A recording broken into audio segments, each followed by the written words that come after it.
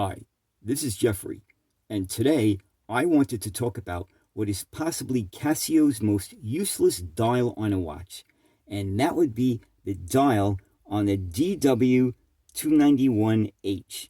And here it is. This is the DW291H from Casio. Now, I really like this watch. It has something of a Japanese robotic aesthetic going on. It's somewhat futuristic looking. It's a bit larger than most Casio digital watches, and it's part of Casio's heavy duty line of watches, which makes it probably a little bit better made or made a bit stronger than most other digital watches from Casio. It's a cut below the G-Shock line, but it's still almost like a G-Shock.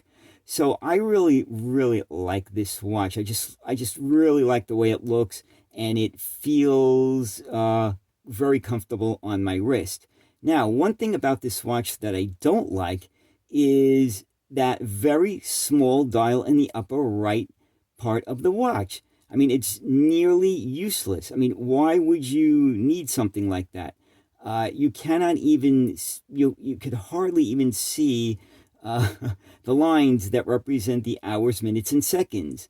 And it's just not a very good way of putting a dial on a watch. Now, there are several other Casio digital watches that have digital dials that represent like an analog kind of a clock or watch.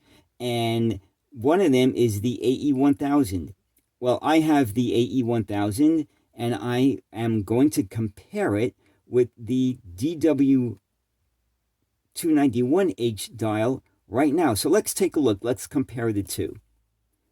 Now, on my wrist, I have on the left the DW291H, and on the right is the AE1000. And you can definitely see the difference in the size of the dials on both watches. The AE1000 has a much easier to read dial. The hands are bigger, they're darker. It's just a much, much better dial to have than what's on the DW291H. So you really have to wonder, why did they do this?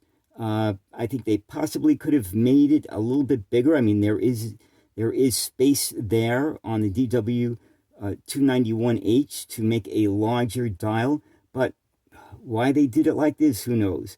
It looks like they wanted to make the outline of the dial match or be flush with that 10-second countdown timer right above the time display, but who knows?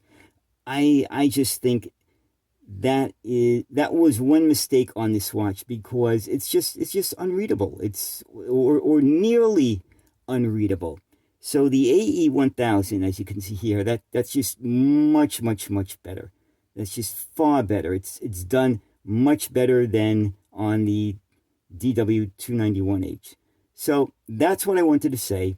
And if you have any thoughts on this, just let me know. And thanks for watching, and have a great day. Bye.